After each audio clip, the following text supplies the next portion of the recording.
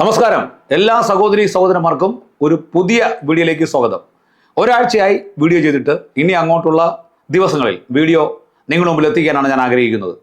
ഈനാം പേജിക്ക് മരപ്പട്ടി കൂട്ട്.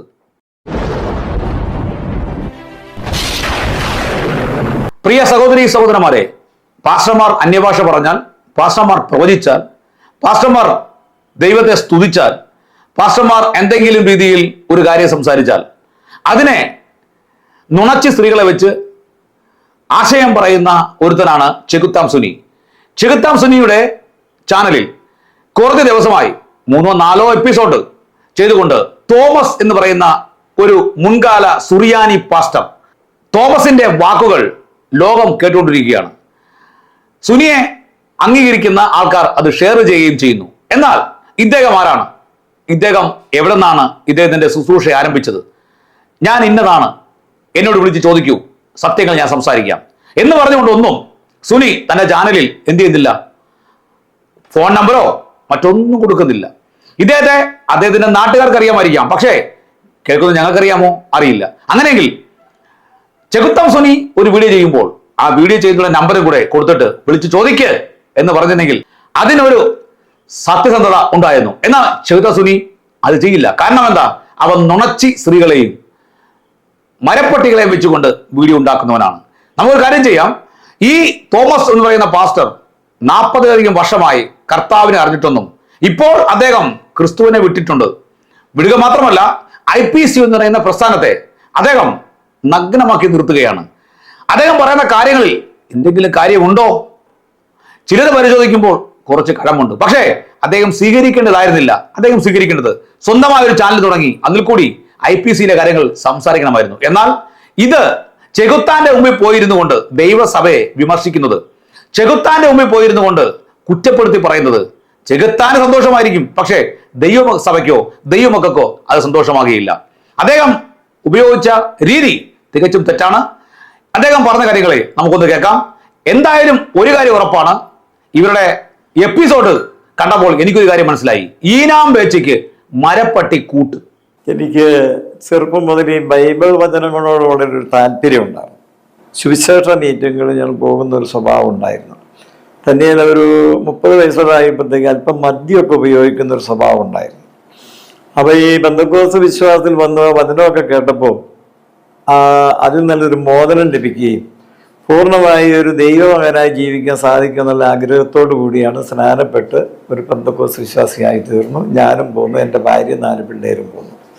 അങ്ങനെ അയാൾ ആ വിശ്വാസത്തിൽ ഇന്ന് വരെ കഴിയുന്നു. അപ്പം അതിനിടയ്ക്ക് എനിക്ക് സുവിശേഷ വേലയോട് താല്പര്യമുണ്ടാവുകയും ഒരു 3 വർഷം കഴിഞ്ഞപ്പോൾ ഞാൻ IPC നിയമാനുസരണമുള്ള ഒരു ബൈബിൾ കോളേജിൽ പോയി പഠിക്കുകയും അതിൻ്റെ സർട്ടിഫിക്കറ്റ് വാങ്ങുകയും അതിൻ്റെ പാസ്റ്ററാകുകയും ശുശ്രൂഷ ചെയ്യുകയും ചെയ്തുകൊണ്ടിരിക്കുന്നു.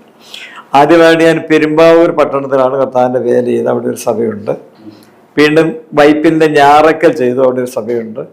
പിന്നെ തലയോലപ്പറമ്പ് എന്ന് പറഞ്ഞ IP സഭ ശുശ്രൂഷനായി. വീണ്ടും മണിയുടെ സഭ ശുശ്രൂഷനായതിനു ശേഷമാണ് ഞാൻ പറവൂർക്ക് വന്നത്. പറവൂർ വന്നപ്പോൾ ഇപ്പോൾ ആ പ്രദേശത്തെ കേന്ദ്രീകരിച്ചുകൊണ്ട് പ്രവർത്തിച്ചുകൊണ്ടിരിക്കുന്നു. അപ്പോൾ ആ പ്രദേശത്ത് വന്നിട്ട് ഇപ്പോൾ ഏതാണ്ട് ഒരു 38 വർഷത്തോളമായി അങ്ങനെ കർത്താവിൻ്റെ വേല ചെയ്തുകൊണ്ടിരിക്കുന്നു. ഞാൻ ആദ്യകാലങ്ങളിൽ അങ്ങനെ ഇല്ലായിരുന്നു. എന്നാൽ ഇന്നത്തെ അന്തരീക്ഷത്തിൽ എനിക്കെന്തോ ഒരു വലിയ മണ്ടത്തരം പറ്റിയതുപോലെ, ഒരു വിഡ്ഢിത്തരം പറ്റിയതുപോലെ തോന്നുന്നു.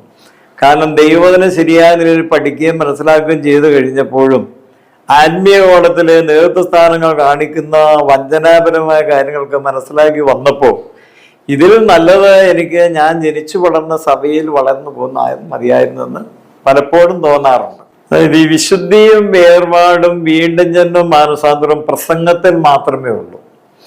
അങ്ങനെയുള്ള വ്യക്തികളെ നമ്മൾ ബന്ധപ്പെടുമ്പോൾ അവരുടെ ജീവിതത്തിലോ സംസാരത്തിലോ ഒന്നും കാണാനില്ല.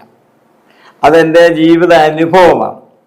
ഇപ്പോൾ ഒരു ഉദാഹരണം ഞാൻ പറയാം. IPCയുടെ ജനറൽ കൗൺസിൽ മീറ്റിംഗ്, IPCയുടെ ജനറൽ കൗൺസിൽ മീറ്റിങ്ങിൽ പ്രതിപുരുഷന്മാരും ദൈവദാസന്മാരും സംബന്ധിക്കുന്നത്. ആ പ്രതിപുരുഷന്മാര് മാനസാന്തരപ്പെട്ട് സ്നാനപ്പെട്ടവരും അന്യഭാഷ അടയാളത്തോടുകൂടി പരിശുദ്ധാത്മാ സംസാരിച്ചവരും ആയിരിക്കണം.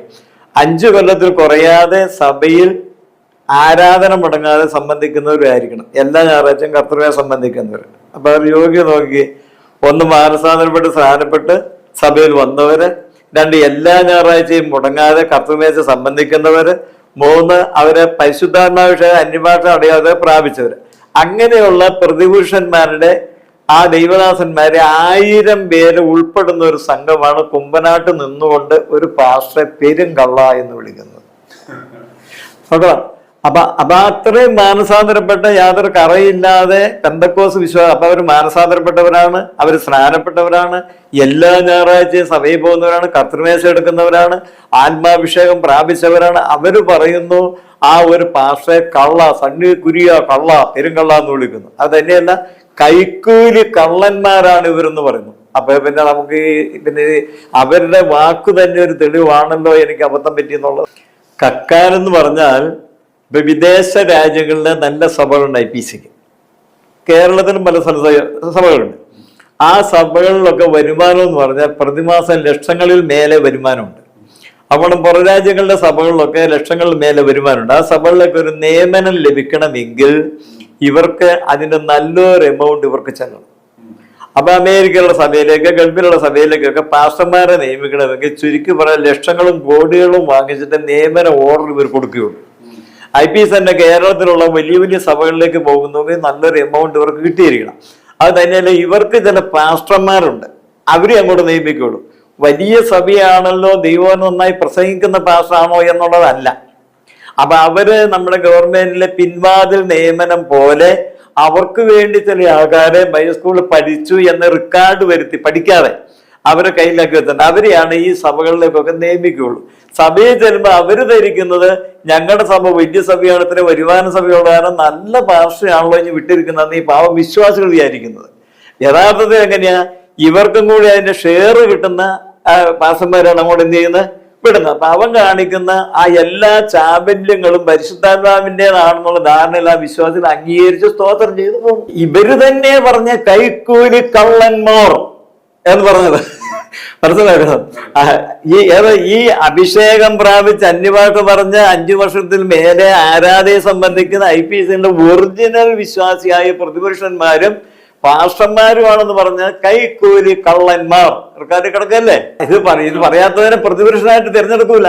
അപ്പൊ സഭായോഗത്തിൽ ആരാധനയെ സംബന്ധിച്ച് ഇവന് അന്യഭാഷ പറഞ്ഞു എന്ന് പാസ്റ്റർക്ക് ബോധ്യമാകണ്ടേ, എങ്കിൽ മാത്രമല്ലേ പ്രതിപുരുഷനായിട്ട് തിരഞ്ഞെടുക്കുകയുള്ളൂ. അപ്പൊ ഒരുത്ത അന്യഭാഷ പറയാത്തവരും തെരഞ്ഞെടുത്താൽ പാസ്റ്റർ പറയാൻ അവൻ അഭിഷേകം പ്രാപിക്കാത്തവരും തിരഞ്ഞെടുക്കാൻ പറ്റില്ലെന്ന് ഞാൻ യോജിക്കുന്നില്ല. അതിന്റെ കാരണം അവന്റെ ജീവിതം പാടാം. കാരണം ഇതിനകത്ത് സീനിയോറിറ്റി ഉള്ള ദൈവദാസന്മാരെ പോലെ IPCയുടെ ഭരണഘടനയും അതിന്റെ പ്രവർത്തന ശൈലിയും വരുന്നവന് മനസ്സിലാവണമെങ്കിൽ 20 കൊല്ലമെങ്കിലും കഴിയും. ആ 20 കൊല്ലത്തിന് മേലെ പഴക്കമുള്ള ഇവന്മാര് ഇവനെ പൂശി നശിപ്പിച്ച് നാരായണപ്പല്ലി വിളിച്ചു. ഇതെന്റെ ജീവിതാനുഭവമാണ്.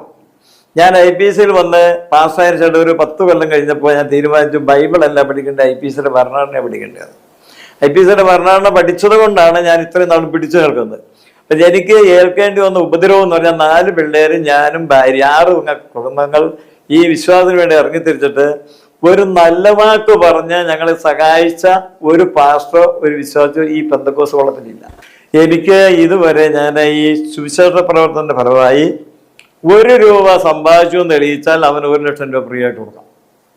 1 രൂപ സമ്പാദിച്ച കാരണം എൻ്റെ കയ്യിൽ കിട്ടുന്ന പണം അതുപോലെ തന്നെ സുവിശേഷ വേലയ്ക്ക് വേണ്ടി വിനിയോഗിച്ചിട്ടേ ഉള്ളൂ. ഞാനൊരിക്കൽ എൻ്റെ പോക്കറ്റിട്ട് സുഖമായിട്ട് എന്ത് ചെയ്താൽ ജീവിച്ചിട്ടില്ല. അതേറെ പണം തന്നിട്ട് സഹായിച്ചത് അതെല്ലാം സുവിശേഷ വേലയ്ക്ക് കൺവെൻഷനായിട്ട് മീറ്റിങ്ങിനായിട്ട് നിർവഹിച്ചിട്ടുള്ളത്. സ്വന്തം ആയുസിന് ഞാൻ ഉപയോഗിച്ചിട്ടില്ല. ഞങ്ങളുടെ നാട്ടിൽ വന്ന ഒരു പാസ്റ്ററാണ് പാസ്റ്റർ സണ്ണി കുര്യൻ. ഒരു ബൈബിളുമായിട്ട് കോട്ടയത്തു നിന്ന് വന്നതാണ്. ഇപ്പോൾ 10-30 കൊല്ലമായിരുന്നു 2 കോടിയുടെ 2 വീട് അയാൾ ഉണ്ടാക്കിയിട്ടുണ്ട്. 50 ലക്ഷത്തിന് മേലെ കാറേലയാൾ നടക്കുന്നത്. കോടികളൊക്കെ ബാങ്കിൽ ഉണ്ട്. ഇന്ന് ആ നാട്ടിലെ കല്യാണം നടന്ന അയാളാണ്, ശവാടൊക്കെ നടന്ന അയാളാണ്, കൺവെൻഷൻ പ്രസംഗിക്കുന്ന അയാൾ. മറ്റൊരാളവിടെ പ്രസംഗിക്കാനോ കയറാനോ അയാൾ സമ്മതിക്കില്ല. ആ നിലയിൽ അതിൻ്റെ സീനിയോറിറ്റിയും IPCയുടെ നേതൃത്വമുള്ള ആ സ്വാധീനം ഉപയോഗിച്ച് കെട്ടിവെച്ചിരിക്കുക. അതിൻ്റെ ഇടയിൽ ഇനൊരാള് പെന്തക്കോസുകാരനായി വന്ന് പാസ്റ്ററായിട്ട് വന്നു കഴിഞ്ഞാൽ വെറുതെ അവനതിൽ നിന്ന്